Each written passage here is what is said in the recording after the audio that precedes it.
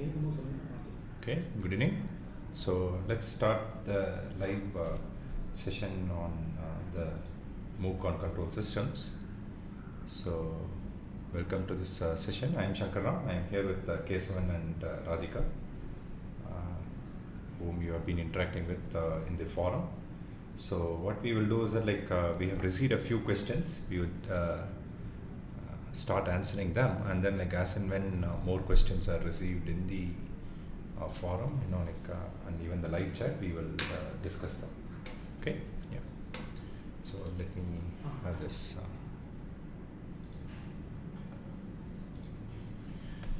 Okay, so the first question that was received was the following.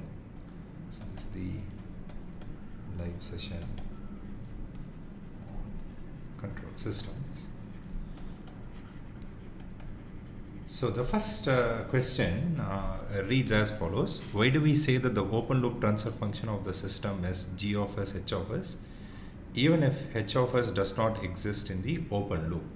So there is a subtle difference between the transfer function of an open loop system and the open loop transfer function of a closed loop system with feedback. So what is this? So let's discuss this difference. So let us say we have a plant transfer function p of s, and the input is u of s and the output is y of s. So by now we know that y of s is going to be equal to p of s times u of s. Suppose, let's say we design an open loop control system, and let's say we just put some control transfer function here, and we have r of s. So our u of s is just going to be equal to c of s times r of s. Okay, so that's more like an open loop controller, right? Now if we combine both, we are going to get y of s is equal to c of s times p of s times r of s. So this is the transfer function of the open loop control system. Okay, so this is different from the open loop transfer function of the closed loop system with feedback. So what is that? So if we recall from what we have been doing in our course, we have the plant and we have a reference input. Now we have feedback, and in the feedback part there is a transfer function called h of s. Okay, and an error measure is calculated and given to the controller. So as all of us know by now that y of s by r of s, which is the closed loop system transfer function or the transfer function of the closed loop system, is going to be equal to g of s divided by 1 plus g of s h of s. So where g of s is nothing but c of s times p of s. Now if we break open this loop, okay, of course we are still dealing with the closed loop system. If we break open this loop, then what's going to happen is the following. We will essentially get w of s to be equal to g of s times h of s, okay, times e of s. Okay, this is defined as the open loop transfer function of the closed loop system. So that is the subtle difference. Okay, so once again, this question had to do with the fact that what was the difference between the open loop transfer function, which we call as g of s h of s by notion, right, as opposed to the transfer function of an open loop control system, which is different, right? So the open loop transfer function itself is defined for a closed loop control system. Okay, so that is the first question. Okay. So the second comment is with regards to the fundamentals of instrumentation. So this course, does not have an instrumentation component. Like it deals only with the control systems. Okay, so I would suggest an appropriate course for instrumentation. The third point is with respect to the lecture handout of the course. I think that's been attached to the first week notes, right? Yes. So if you look at the Swayam website and look at the notes of week 1, we will have you will have the lecture handout. You need to download that file and then open it, right? So I think it will be a PDF document. It's been uploaded as a PDF document, and you can go through the soft copy of the notes. Okay. So the next question, of course, first I'm answering the questions that we have already received, okay, through the online submission system. Then we will also go to the questions that are raised in the chat window, okay, live. So the next question which I would answer is the following. So one of you has asked, suppose let's say we have a system whose governing equation is y double dot t plus 4y of t equals u of t.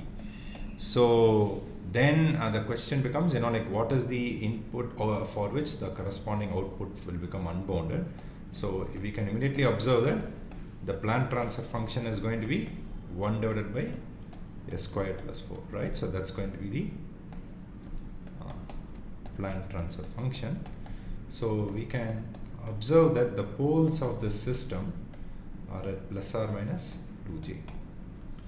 So we have already discussed in the course that if we have non-repeating poles on the imaginary axis, for a sinusoidal input whose angular frequency is equal to the magnitude of the imaginary pole, right, the corresponding output would become unbounded. So if we give inputs like sine 2t, cos 2t, right, to this system, the magnitude of the corresponding output will become unbounded. You can check it, like say for example, let us say you have u of t to be sine 2t, u of s will be 2 by s squared plus 4, then y of s will be p of s times u of s, which will be 2 divided by s squared plus 4 whole square.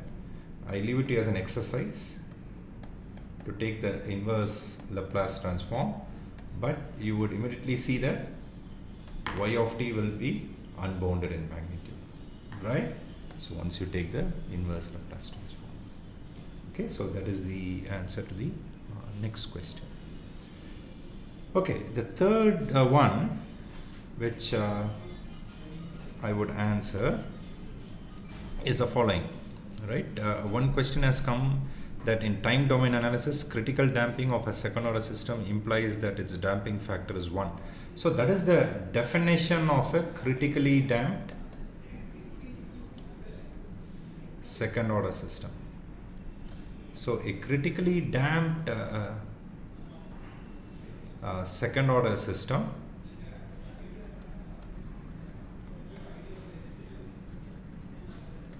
means zeta is equal to 1. Okay, so that's the way it is defined. Okay, so now the question goes like in this manner, but in frequency domain analysis, critical damping of the same system will imply that its damping factor is 0.707. So now what is this 0.707, right? So we know that zeta being equal to 0.707, which is nothing but 1 by root 2. Okay, so this has a specific meaning because the so-called resonant frequency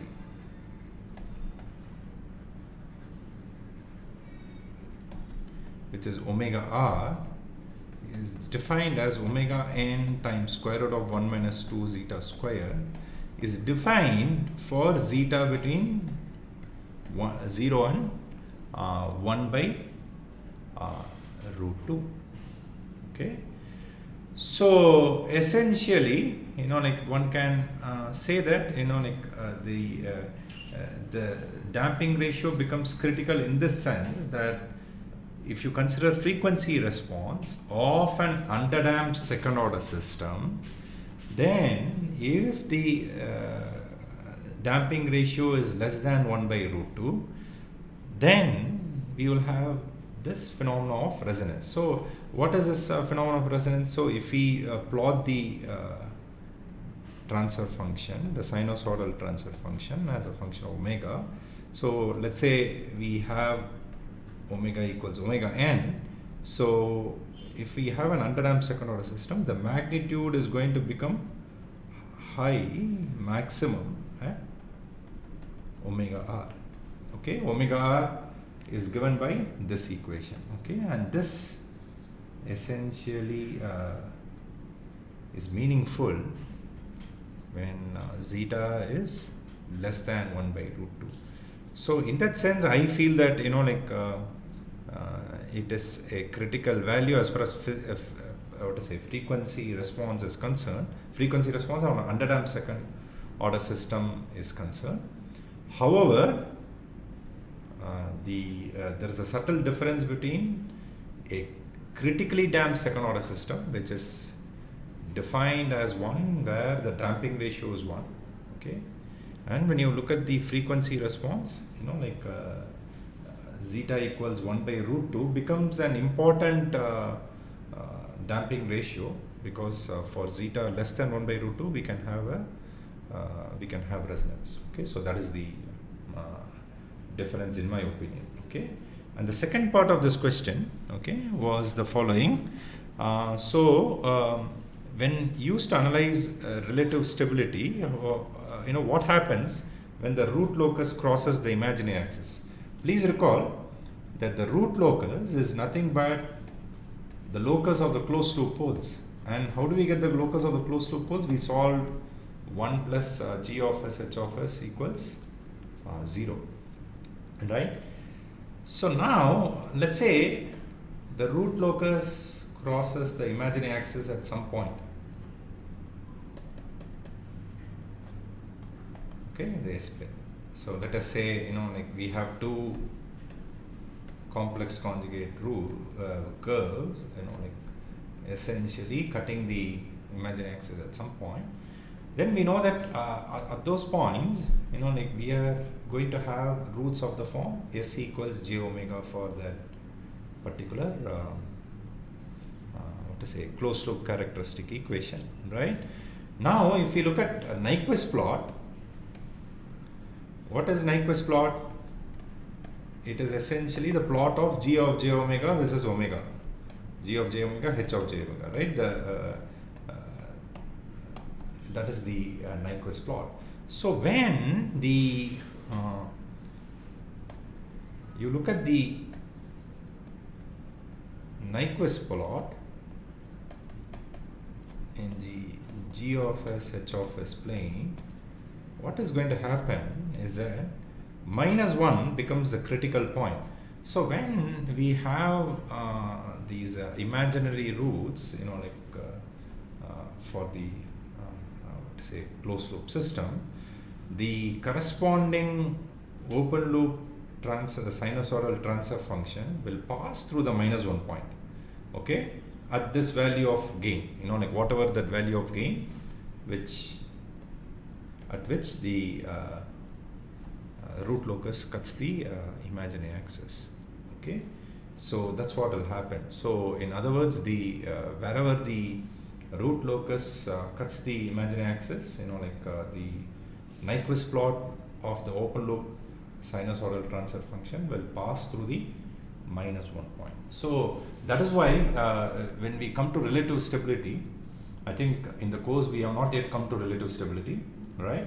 So if I understand correctly, we will come to relative stability towards the end, there we will observe that, like we are going to quantify relative stability by using parameters such as gain margin, phase margin, and so on, that in essence tell us how close is the Nyquist plot of the open loop sinusoidal transfer function is to the -1 point, okay, in the corresponding complex plane. Okay, so we'll come to that later on. But since this question has been raised, like I am preemptively answering that. Okay, so let's go to the next question. So the next question, like once again for people who have just joined the session, I once again welcome you. What I am doing right now is to answer the questions which have already been submitted through the link provided to you. Once I complete answering that set of questions, we will go to the chat window, okay, and start answering the questions that are being typed live. Okay, so the next one which we will discuss is the following.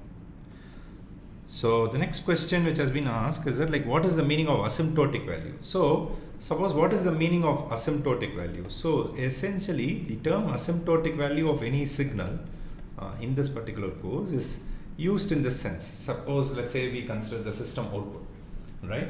If we are interested in looking at the asymptotic value of the system output, what we are looking at is what is the value of the system output as t tends to infinity.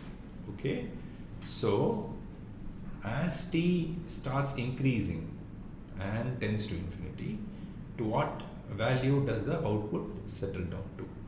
Okay, so that's what we are looking at as asymptotic value. Okay, yeah. The next question which has been asked is what is transfer function, right? So once again, to reiterate the definition of a transfer function, suppose we consider a plant or a system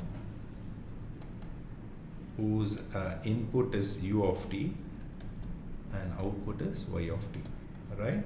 So when we consider linear time invariant, like causal systems, dynamic systems, okay, so in this course we are considering linear time invariant, causal, dynamic, single input, single output systems, we are going to get a linear ordinary differential equation with constant coefficients as a mathematical model of this particular system.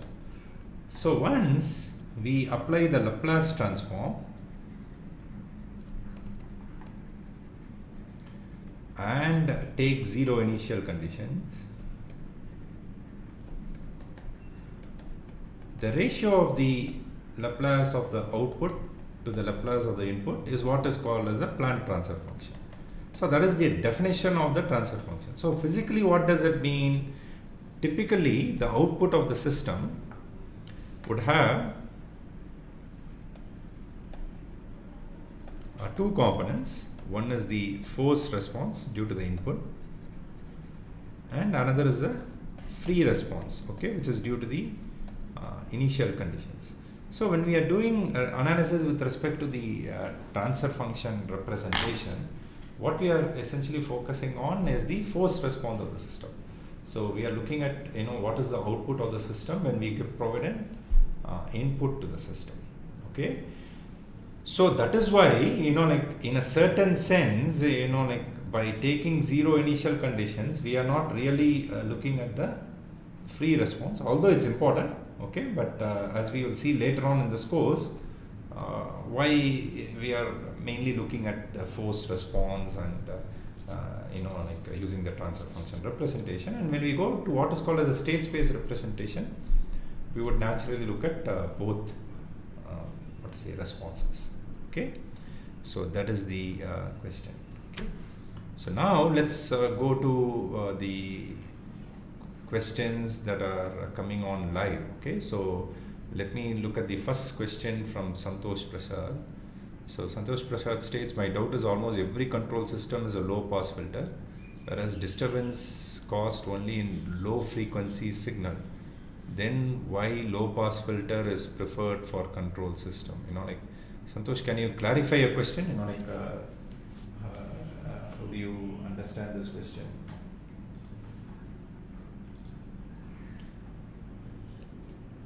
So you're saying every control system is low pass filter, you know, like, see, if you look at it later, you know, like we have what are called lag compensators and lag leak compensators and so on, right? Actually, low pass filter in the sense it's like a proper transfer function. It has only one port, so no Z. But that is like you're talking about the plant transfer function, right? So, but the thing is, that's where I think a clarification on the question would be better, Santosh. You know, like, because you're saying almost every control system is low pass filter, whereas disturbance is caused only in low frequency signal. You know? So that is not clear. So if you can clarify the question, you know, like that will be great. Okay, so in the meantime, let me move on to the next one from Aditya Raj. I think we just answered a question from Aditya Raj. I know, like, I think maybe it's a follow-up question. Bode magnitude plot also, it comes to be infinity at cutoff frequency. Aditya, can you clarify what this means? You know, like, because you have asked a question saying that asking for the critical damping of a second order system means damping ratio is 1, but in frequency response also the damping ratio is 0.707, right? 1 by root 2. That's what we just discussed. So in this context, you have typed in Bode magnitude plot also, it comes to be infinity at cutoff frequency. What is this? So Aditya, I request you to clarify. Okay, Lakshman, I missed assignment number 1. Can I solve it again, or is there any provision to submit it again? Lakshman, I don't think maybe you can do that, right? Because there are strict deadlines for this. Out of 12, we consider only 8. Yeah. So my suggestion would be to be regular from here onwards, right? Okay. Pallavi has asked, what is the transfer function of causal system? That's what we just discussed. Okay.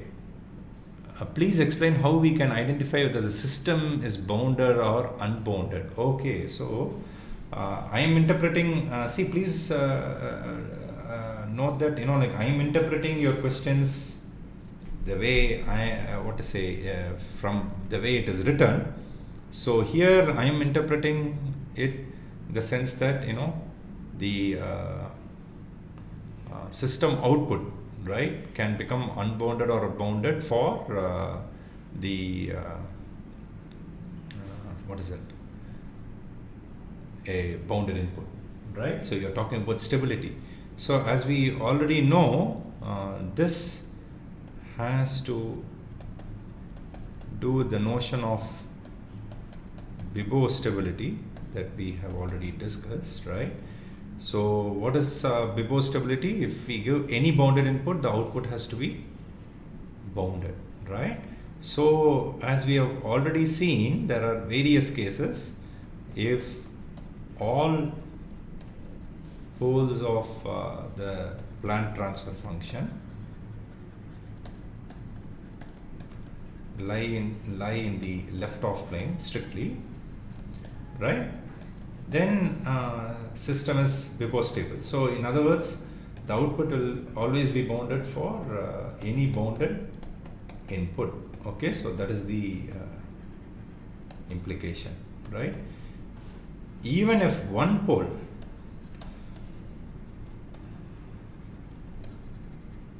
lies on the RHP, right, lies in the RHP, right, the system is unstable, right? So that means that you give any bounded input, the corresponding output will be unbounded. Okay, so if you have non-repeating poles on the imaginary axis,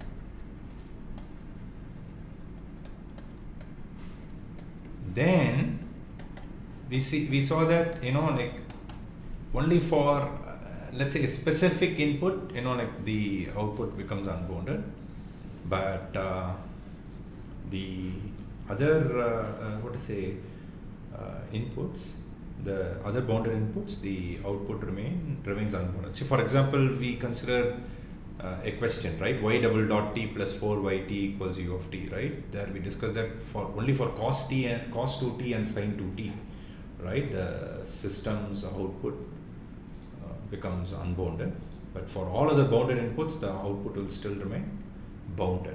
Okay. Now, if we look at the repeating poles on j omega axis, the system is going to be unstable. Okay, no matter what bounded input we give, the output will become unbounded. Okay, so this is how we identify the boundedness of the output, right, from the location of poles, okay, of the Planck transfer function. Okay, so let's look at the next question from Subbarao. I have doubt in assignment 2 question 13. What is that question? Assignment 2 question 13.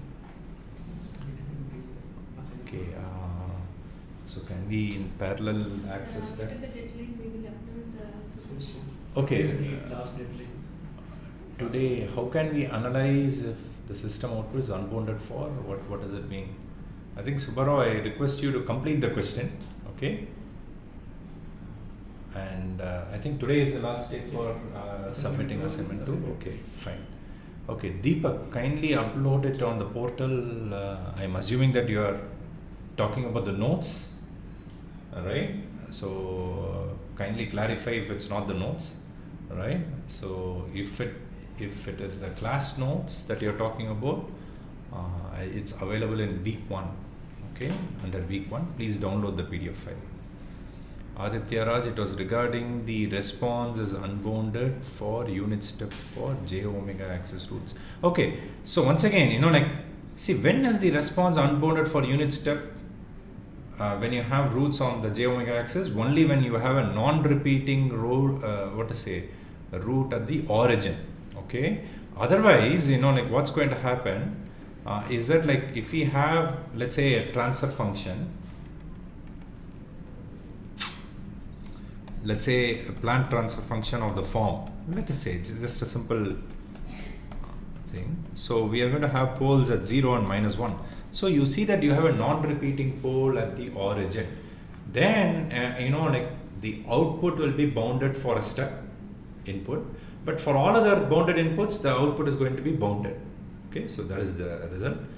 If we have like a repeating pole at the origin, 2 poles at the origin or more, then anyway the output is going to be unbounded for all possible bounded inputs. Okay, so that is the concept. Okay, Srihari, how mathematical modeling of a system is related to transfer functions and equation motion, taking examples of any flight dynamics. Srihari, I would suggest you to look up material on flight dynamics. Okay, so I am not an expert on flight dynamics, but however, irrespective of the domain, what I can convey to you is that, like, you take a particular domain, if you are able to get a mathematical model for that particular application in the form of a linear ODE with constant coefficients, or a system of linear ODEs with constant coefficients, like, you can apply the techniques that we are learning. If you get a non-linear model, and by and large in flight dynamics it's done, right? That is to the best of my knowledge. Once again, I should tell that I am not an expert on flight dynamics, but one can always linearize the model, a non-linear model about a particular operating condition, and still get what is called as a linearized model. If you get a linearized model, which once again will take the form of a linear ODE with constant coefficients, so then we can still apply the concept of transfer function. Okay, so yeah. Alright. So Deepak, in gain desensitivity through feedback, why sometimes partial derivative and sometimes perfect derivative are taken to the transfer function? What's the exact answer, sir? Like, so I think what does this mean? I think Deepu Shashank, right? Deepu Shashank asked, in gain desensitivity through feedback, why sometimes partial derivative and one sometimes perfect derivative are taken to the transfer function, what is the exact answer? No? So I think I would request Deepu Shashank to send me a brief write-up, like please work out what you exactly mean on a sheet of paper, scan and email it to me, okay? So I will look at it and get back to you. Just from the statement, it is unclear. And I think I would request everyone to do the same, whichever questions where I have requested more clarity, if you can write it on a sheet of paper, scan and send it to me with copy to Kesavan and Radhika, right? So you will be able to, I will be able to get back to you, okay? Now going to Aditya Raj, sorry for sinusoidal input, the cutoff frequency, okay, there are multiple questions. Okay, so I'm just connecting the questions from Aditya Raj. Sorry for sinusoidal inputs at the cutoff frequency. I'm saying that for j omega roots, the response to a sinusoidal frequency at that frequency is unbounded. But that is the case only when the Planck transfer function has roots on the j omega axis, right? Isn't it? That means you are talking about a system without damping. See, for example, this is my understanding. Please, I request Kesavan and Radhika to correct me or add on to what I am saying. My interpretation is, suppose if you have a Planck transfer function of the form s squared 1 by s squared plus 4, anyway there is no damping to begin with, right? Is that correct? So you can see that your last question, I am interpreting it in this way. I was saying that for j omega roots, the response to a sinusoidal input at that frequency is unbounded, right? Of course. So you can see that when you give cos 2t or sin 2t, the output will become unbounded, correct?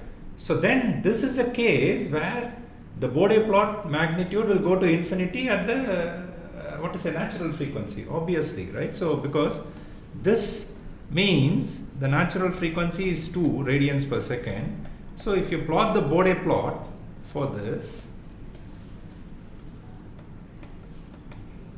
at 2, you will see that it may go something like this. It will have a discontinuity, right?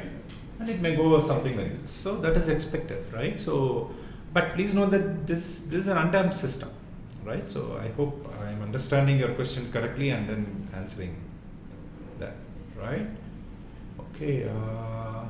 So you one more point, to find bounded and unbounded. So they from the output equation, just they want clarification what is bounded and what is unbounded. So when t tends to infinite, the y of t value goes to infinite.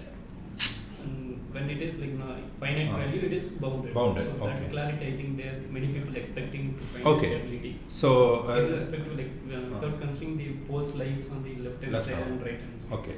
So just to add on to what Kesavan just conveyed. So the concept of Bibo stability means the output has to be bounded in magnitude. So if you take the value of output at any time as time keeps on increasing, right? So for all time from the moment the input was given, right? So the magnitude of the output should be bounded in magnitude. So it should be a bounded real number. So the magnitude output can go to an asymptotic value, which may be a constant, right? It can also be a periodic signal, like what we will learn in frequency response later on. So when you give a sine input or a cosine input, right? So you will see that if you have a stable system, the steady state output also will be a periodic signal of the same frequency. That is also bounded in magnitude, right? So that's what we want. And the criteria for checking whether the output is bounded for all bounded inputs is what we have already discussed, right? As far as the location of poles is concerned, right? Yes. So that is what looking for. Okay, going to the next one, Tushar, right? Hello sir, what are some examples of projects that undergrads can do which involve control systems, classical mechanics, etc., particularly for automotive and aerospace sectors? Of course, I can talk about automotive sectors, right? Since my research group essentially works on the automotive sector, but if you look at it, like from the perspective of what we are learning in this particular course, we have already applied these ideas. For example, in brake control, right, steering control, vehicle vibration level control, and so on, right? So there are multiple domains and examples where these techniques have been applied. Okay, so the concept of transfer function, and I would strongly suggest you to take even a course on what is called as modern control theory, where we learn what is called a state space control, so that one would get a bird's eye view of both representation. In this particular course, I have only briefly explained what is meant by state space representation, but it's better to learn it separately as a complete course if available. And then you will see that both these representations and the corresponding ideas are used heavily in automotive sectors. Okay, so of course I can't give you details of the projects, because we are working with automotive industries, right? But I can certainly assure you that whatever we are learning in this course finds a lot of practical applications in the automotive sector at least. Okay, so I think that's a reasonable thing, right? So in fact, Kesavan and Radhika are senior PhD students, and I'm sure they agree that they've also been using these ideas in their research. Okay, so yeah, what is the exact value of impulse and step at t equals 0? That's what C.S.Shankar asked. Well, it's an discontinuity at t equals 0, right? So that's what it is, right? So if you look at a unit step, a perfect unit step goes from 0 to 1 instantaneously at t equals 0, right? A perfect impulse magnitude goes from 0 to very high values and comes back instantaneously, right? That's our notion of a perfect impulse. So it is, if you look at it strictly, there's a discontinuity at t equals 0, right? That's what we have. Okay, now Priya asks, can you give a clarification of stability analysis when we need to find stability? Okay, stability is very important, right? So because when we want to design controllers and control systems, the first step before even we look at performance of a control system is to ensure that whatever controller that we are designing keeps the system stable. Okay, so there are various notions of stability. In this particular course, we have studied what is called as bounded input, bounded output stability. It is extremely critical to ensure that when a bounded input is given to any system, its output be kept bounded as far as any practical application is concerned. So that is a baseline requirement. So if you ask me, if you want to design any system in practice, stability is of paramount importance. So as we discussed in the course, for a control designer, stability and performance are both equal. Then one should ensure that the first system is first stable, then only we look at performance. Okay, so that's very important. So whatever design you do, you ensure that the system is stable.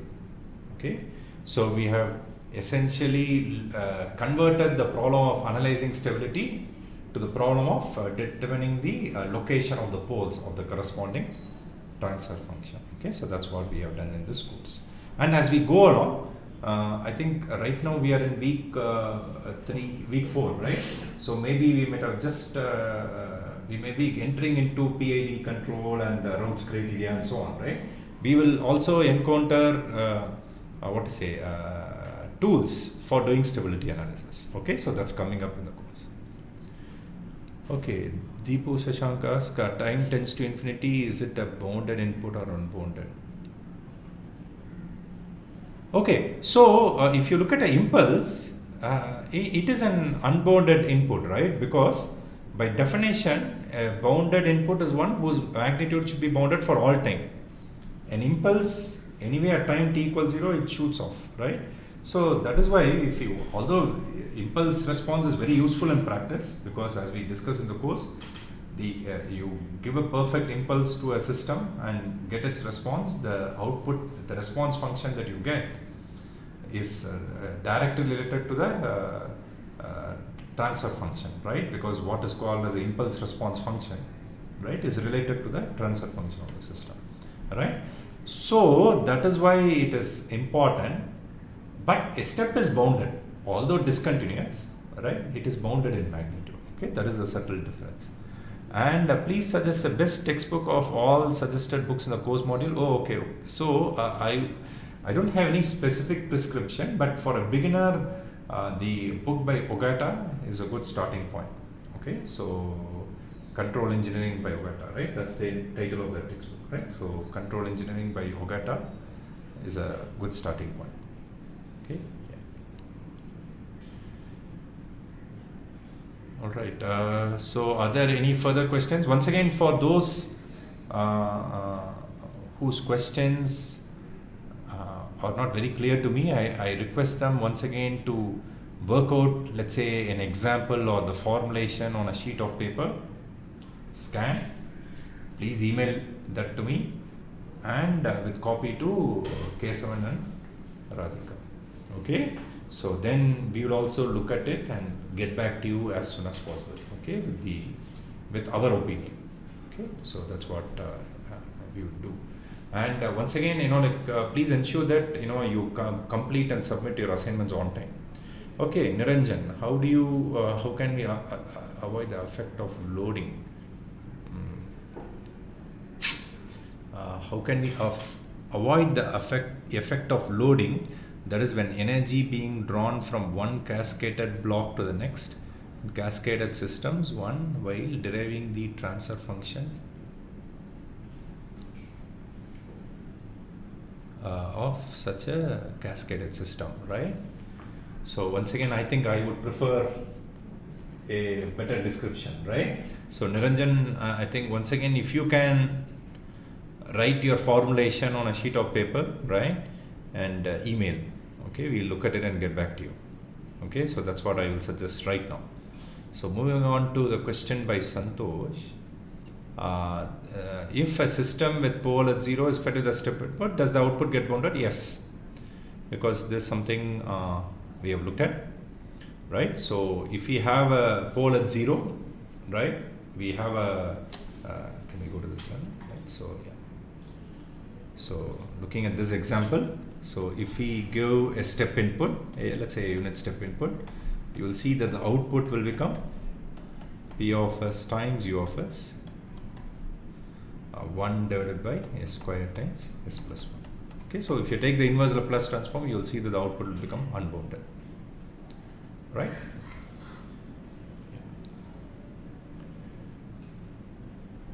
So once again, it's not necessary that you need to ask questions only during these live sessions.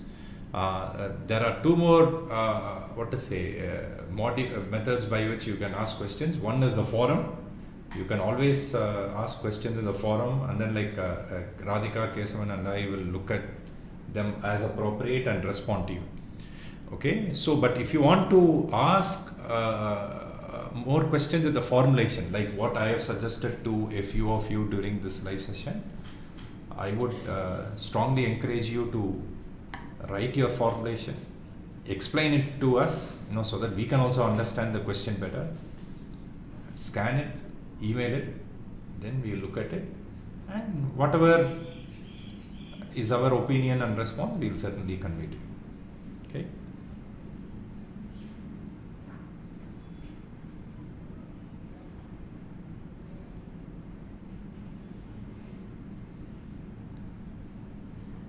Okay, so Deepu is asking one more question. What are the disadvantages of transfer function? So, of course, So just going back to the discussion. So there is nothing called a disadvantage in my opinion, right? So it's just that it's just two ways of solving problems, right? So you have transfer function representation and state space representation. The only disadvantage or limitation, if you want to call it that, is that like in transfer function we implicitly assume that all the initial conditions of the system are 0, right? So then what happens? We will not be able to factor in free response. That is the only thing. So by default we are always looking at the forced response of the system, right? When we are looking at the transfer function of the system. But that's okay, you know, like in many practical problems you will see that, you know, we excite the system from rest. Then you know, like this one essentially we are looking at the forced response, right? So it depends on what is the application. Okay, so if you have a problem where there are non-zero initial conditions, you need to be a bit more careful, okay, when you solve that problem. Okay.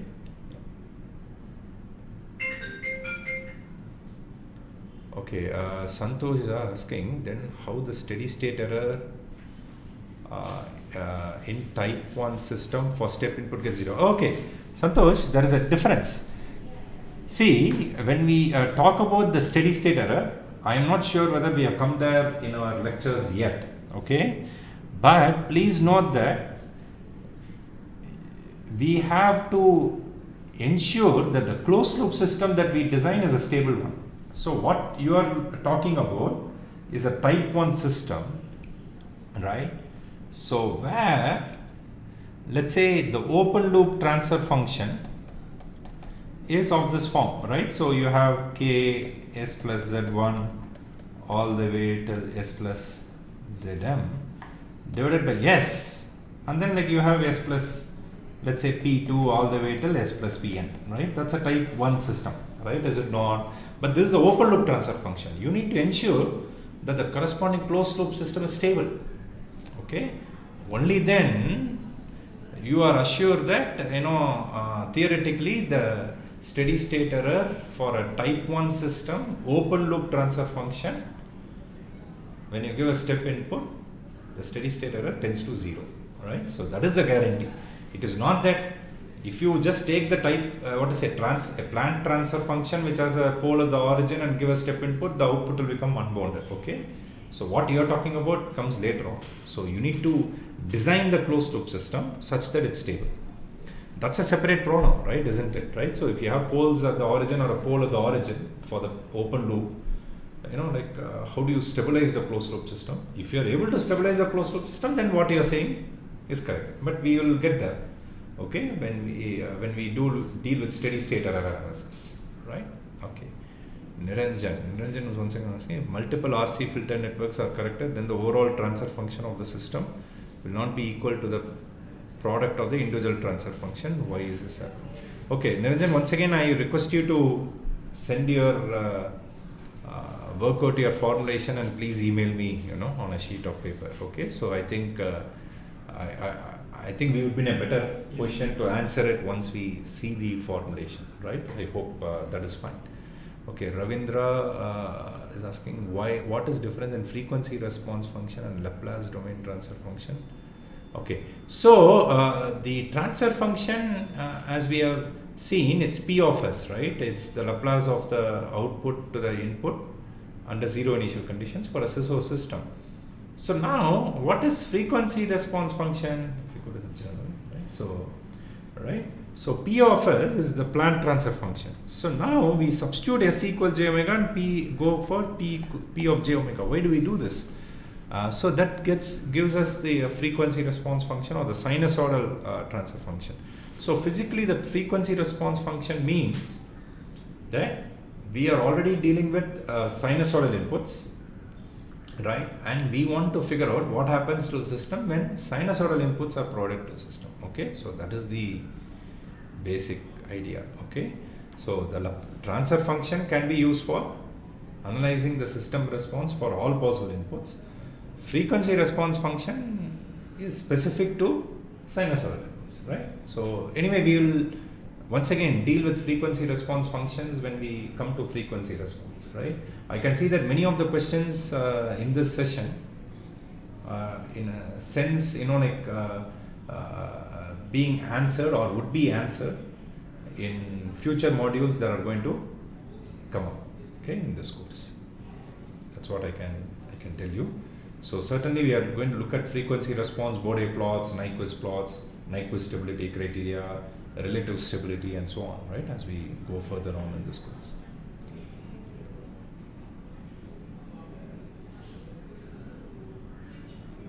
Okay, I think if there are no further questions, let me close this session.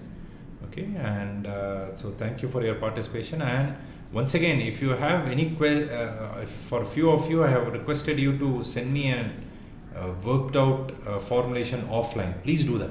Okay, so I would really be interested in looking at what you want to convey, and then go through it, and I will get back to you with whatever possible answer I can, Radhika Kesan and I can come up with. Okay, so thank you for participating, and I look forward to the next session, and please feel free to ask questions in the forum and also email your formulations. Okay, thank you and have a good day.